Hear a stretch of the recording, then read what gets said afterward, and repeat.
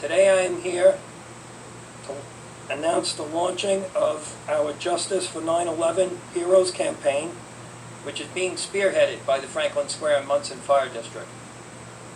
The 9/11 Commission concluded that Osama bin Laden and a group of Islamic extremists were responsible and carried out the attacks, and that was to be the end of it. Truth be told, that is far from the end of it. The 9/11 Commission was flawed, and in the words of two of its own, the chairman and the vice chairman of the 9/11 Commission, respectively, Thomas Keane and Lee Hamilton, who stated in their book, without precedent, that they were set up to fail and were starved of funds to do a proper investigation. That's their own words. They also confirmed that they were denied access to the truth and misled by senior officials in the Pentagon and the Federal Aviation Authority, and that this obstruction and deception led them to contemplate slapping officials with criminal charges. The final report did not examine key evidence and neglected serious anomalies in the various accounts of what happened. The commissioners themselves admit their report was incomplete and flawed, and that many questions about the terror attacks remain unanswered. Nevertheless, the 9/11 Commission was swiftly closed down on August 21st, 2004. But even amidst the hype, some of these 9/11 groups, including architects and engineers for 9/11 Truth, pilots for 9/11 Truth, and the Lawyers Committee for 9/11 Inquiry, to name a few, raise valid and important questions that were never even considered, let alone answered, by the official investigation. The bottom line here is that the American public has not been told the complete truth about the events of that fateful autumn morning 18 years ago. What happened on 9/11 is fundamentally important, but equally important is the way the 9/11 cover-up signifies an absence of democratic, transparent, and accountable government. I represent 3,000 architects and engineers across the country and around the world who are demanding a new investigation. If 3,000 architects and engineers signed a statement to you saying that your house was in danger of collapse, would you listen to them? Wednesday, September 11th, 2019. Thank you for joining me today. It's going to be a focused show, as I'm sure you were prepared for, since this is the anniversary of 2001, September 11, the day that changed everything for this country, and for the world for that matter. I'll be talking about a few of the things going on, but it's going to be clearly focused around this, about what you just saw there, and something that I don't think many people really got a chance to discuss today, because it only came out about 9-10 hours ago. I mean, this is a live hearing, a briefing, by architects and engineers for 9/11 Truth, lawyers for the inquiry for 9/11 Truth, excuse me, I'm blanking on the guy's name while I'm saying this, for the Lawyers Committee for 9/11 Inquiry, as well as the New York Fire Commissioners, all the different people we've been talking about. And this is an entire, we're going to go over basically most of what I could break down for you. I have the full link in the show notes that you can watch, of how they stand up and tell you everything that your government, if you're an American, is telling you is a lie. And these are the experts. These are the people that were there. These are the people that are now introducing this evidence into a court of law that proves that there were explosives planted in this building. This is the reality of the world we're in right now. This is what's going on in this country. Yet your entire mainstream media, the entirety of your government, will tell you you're not only wrong, but that you're a danger to everyone else if you even discuss this topic. I demand to know, as should everyone, especially the media, why important testimony made that day from over 150 police, firefighters, and first responders regarding explosions wasn't included in the commission report, nor investigated further. Why didn't the FBI or NIST examine the wreckage for explosives? Why wasn't Ground Zero considered a crime scene? and sealed off and processed accordingly? Why was crucial evidence of melted structural steel suppressed and not even considered, or worse yet, allowed to be carted off and destroyed? Why won't, after 18 years, mainstream media such as ABC, NBC, CBS, CNN, or Fox News, and if Fox News here, I take that back and I apologize, report on any of this, let alone ask the hard questions of how and why certain things occurred the way they did, especially in the collapse of the third World Trade Center building, building number 7, that most people don't even know about. Why can't Americans hear about FDNY Battalion Chief Oriel Palmer, who succeeded in making it to the point of impact on the 78th floor of the South Tower with his men, and reported that he had 2 isolated pockets of fire and that we should be able to knock it down with 2 lines. So he made it up to the fire floor, and he saw what was going on. And contradicting the official storyline that it was a raging fire up there, here's a brave fireman who made it onto the fire floor and was doing his job. 1 minute after the final transmission, the South Tower collapsed. Okay. I'll put a perspective on in terms of the cost of the 9/11 investigation and money spent on other government investigations. The Mueller investigation cost about $25 million. The Whitewater investigation cost about $60 to $70 million. The Space Shuttle Challenger disaster cost about $175 million and 7 astronauts killed. The Space Shuttle Columbia disaster cost about $400 million and 7 astronauts killed. 9/11 Commission was initially given $3 million and a deadline of 18 months to complete, with a final cost of about $15 million, and the Commission's conclusion was that it was a failure of imagination that led to 9/11 happening. Imagine that. The worst act of terrorism in the history of our country, which claimed almost 3,000 innocent lives, and which dramatically altered the course of our nation and the world, and it had an imposed deadline and of just 18 months, which was extended by 2 months, and it had an initial budget of just $3 million. Remember what the chairman and vice chairman of the 9/11 Commission said. They were set up to fail, and they were starved of funds to do a proper investigation.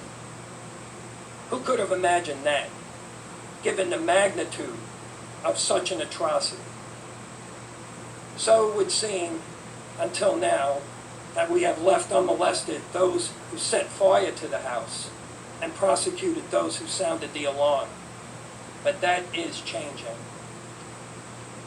People lie, but the facts don't. All the American people want now, after 18 years, is the truth based on the facts and the remaining forensic evidence and what can be proved in a court of law. That is why we are here today. 343 firefighters, including 3 of my good friends, Thomas Hetzel, Bobby Evans, and Mike Kiefer, perished that day. And these were some of the best and the bravest people in the world.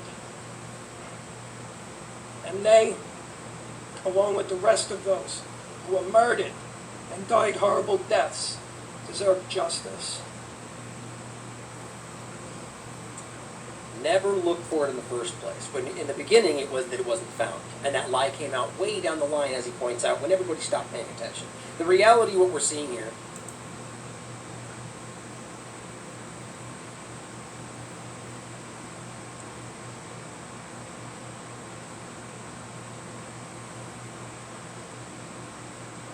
one of the top forensic structural engineers in the country.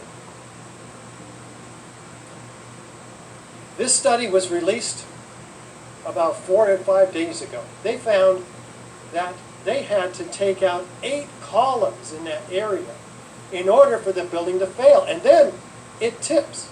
It doesn't come down uniformly. What do they have to do? Now we're at year 3.5 of this $300,000 study. To get this building to collapse the way the video shows it. They had to remove not 8, not 10, not 100, but 650 columns over 8 floors within a second or so of each other. By God, then the building drops like a rock straight down uniformly, symmetrically, just like the videos show. So the conclusion is, this is not a progressive collapse. They failed. NIST. It's a global collapse initiated by the simultaneous failure of hundreds of columns all at once, virtually. This study pulls the rug out from the NIST study of the most important collapse in United States history, outside perhaps the Twin Towers. And it needs to be delivered to every university across the country and around the world, especially given how many similarly built buildings there are out there that are subject to free fall collapse after a few hours of randomly scattered fires. That's why we're here today.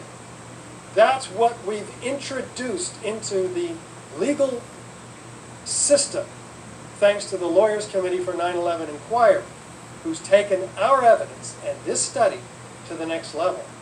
Thank you. I remember getting a call from the fire department commander telling me that they were not sure they were going to be able to contain the fire. I said, we've had such terrible loss of life. Maybe this is one of those things is pull it. Maybe this is one of those things is pull it. Maybe this is one of those things is pull it. And they made that decision to pull, and then we watched the building collapse. That is what controlled demolition looks like. And anyone honest with you will tell you it's a mathematical impossibility for it to fall exactly like that, organically. And this is exactly what the study is showing. This is what they presented. The reality that it would take 600 plus columns to fail simultaneously for it to have fallen that way, period. That's a science. I mean, this is unbelievable, and this is the kind of stuff that they knew, by the way. They already knew this before they got there. And this is the kind of stuff that they're ignoring now. And that should really upset you, recognizing that they're continuing to invade other countries and kill people and use this to basically make anything they do okay based on lies, based on a story that's simply not true. And as an American, that really has to get under your skin. I mean, it does for me. I don't know about you. Let's watch the last one, and then we'll move on to some other stuff here. In this country, there has never been a criminal investigation that resulted in a grand jury, at least to our knowledge, until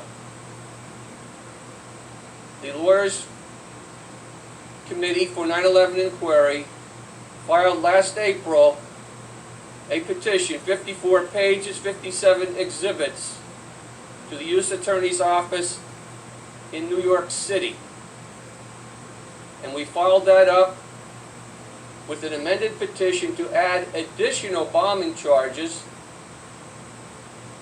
In November, we received from the U.S. Attorney, Jeffrey Berman, a letter acknowledging receipt of our grand jury petition and exhibits, saying that he read and reviewed and he would comply with the law regarding the submission. The law is 18 U.S.C. 3332A, which mandates him, I underline mandates him, to call a special grand jury to consider the evidence before him. That evidence, much of it, was gathered over many years by architects and engineers. The evidence is dispositive. In legal jargon, dispositive means no-brainer. It means all other possibilities have been eliminated, that when you look at this and analyze it, the only conclusion you can have, because all doubt has been removed, is that explosives, incendiaries, and controlled demolition were involved in bringing the towers down. Now, you heard Commissioner Joya talk about one of his colleagues, Oriel Palmer. These firemen, these valiant firemen, went up over 70 floors, risked their lives. They had another line or two to be brought up. They were next to the fire, above the fire, in the area of the fire, about to put it out. You can imagine what must have been going on with those perhaps responsible for this action, thinking they put it out. What's the explanation to bring the towers down? They couldn't put it out, or wouldn't be allowed to put it out, because the official story, the official government story, is office fires brought the towers down, or office fires caused by jet fuel. And as Richard Gage told you, President of Architects and Engineers, Building 7, another giant skyscraper, the third one, was not hit by an airplane. There was no fuel involved from the jet airliner. But that came down for 100 feet, 8 floors or more, at free fall rate. On Friday, a few days ago, we sued. The Lawyers Committee has sued the U.S. Attorney, William Barr, and the U.S. Attorney in the Southern District, Jeffrey Berman. Now, in March, we were down in Washington, and we filed another suit at that time. And that was a suit because the FBI had not followed a congressional order, basically, to assess any information 9/11 related that was not originally considered by the 9/11 Commission. Well, including a lot of firefighters all saying there's massive explosions in the basement before the collapse.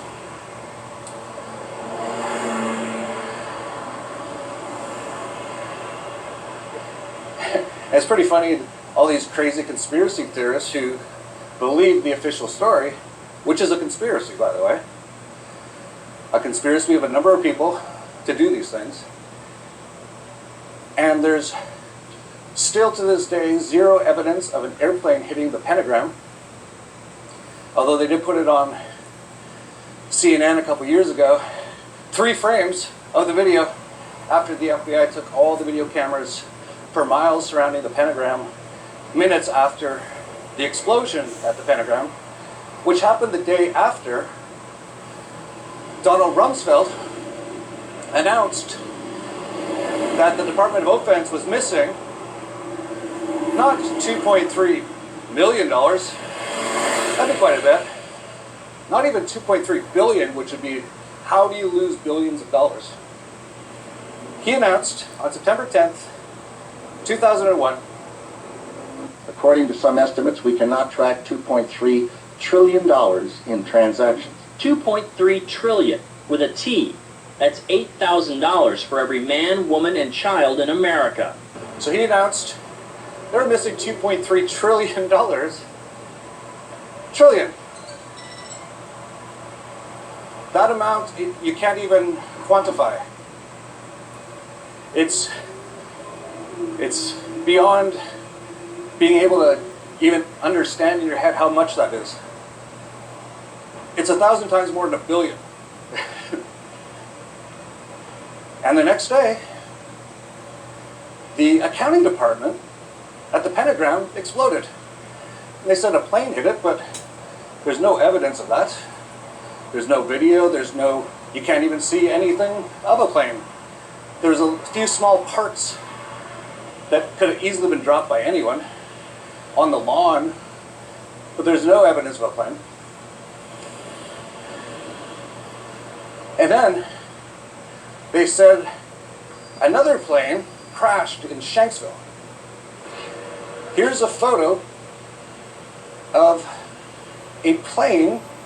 See if you can see the plane that was supposedly crashed in Shanksville. I don't know about you, that looks like a garbage fire. There's no plane. So, most people are actually catching on finally. It's amazing how long it's taken. That everything that was told on the news and by the government is completely and totally lies. But some people still believe the crazy conspiracy theory that was told on the news, which is the craziest conspiracy theory I've ever heard.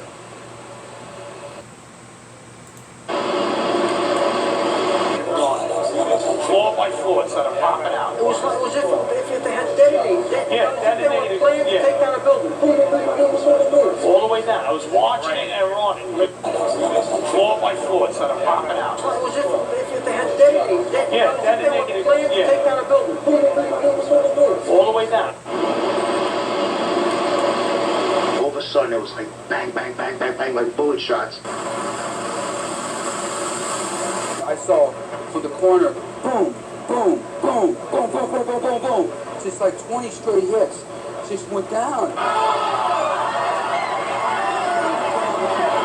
And as the bombs were going, people just started running, and I sat there and watched a few of them explode, and then I just turned around, and I just started running for my life, because at that point, the World Trade Center was coming right down from the corner. Boom, boom, boom, boom, boom, boom, boom. The whole building just went, oh. And as the bombs were going, people just started running, and I sat there and watched a few of them explode.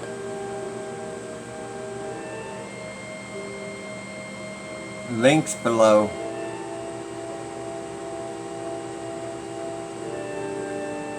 Never forget. We need the answers. And why our government and the news media are still covering up and promoting the lie that they have to know. It was not 19 hijackers with box cutters. The only way that a building can accelerate as it collapses is by having pre-engineered, precisely timed, and precisely placed explosives. In other words, controlled demolition.